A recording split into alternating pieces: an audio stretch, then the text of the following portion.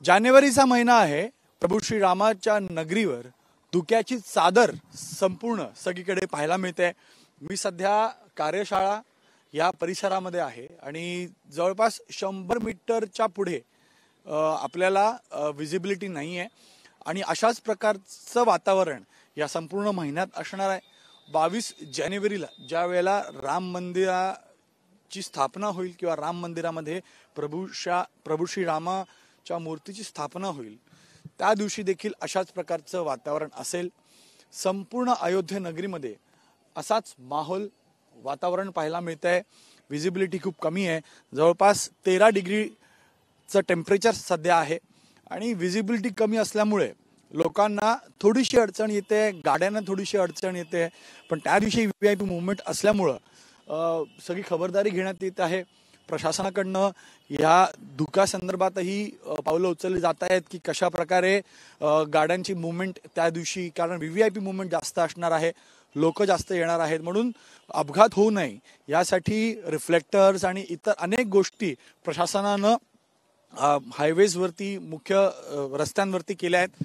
आपण पाहतोय ही VHPची कार्यशाळा आहे. इथं अजूनही मंदिर निर्माण कार्य सुरू आहे.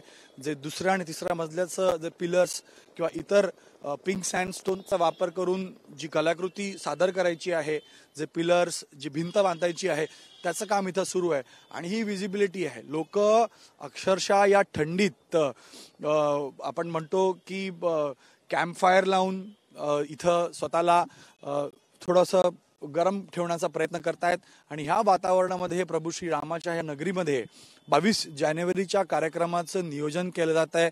अत्यंत मोठ्या संख्येनं इथं आत्ताही भाऊक उपस्थित आहेत, जे भक्तगण आहेत ते उपस्थित आहेत आणि यांच्या सोयीसाठी अनेक उपाययोजना सरकार करत आहे, जेणेकरून 22 जानेवारीला ज्यावेळेस शक्यता आहे की लाखो राम भक्त इथं अयोध्या नगरीत येतील, त्यांच्यासाठी या थंडीच्या मौसममध्ये कोणतीही अव्यवस्था न व्हावं, त्यांना अडचण न व्हावी आणि यासाठीच प्रशासनाकडनं सगळी तयारी केली गेली आहे. कॅमेरामॅन अनिल सनगरेसह गणेश ठाकूर, ABP माझा, अयोध्या. ABP माझा, उघडा डोळे बघा नीट.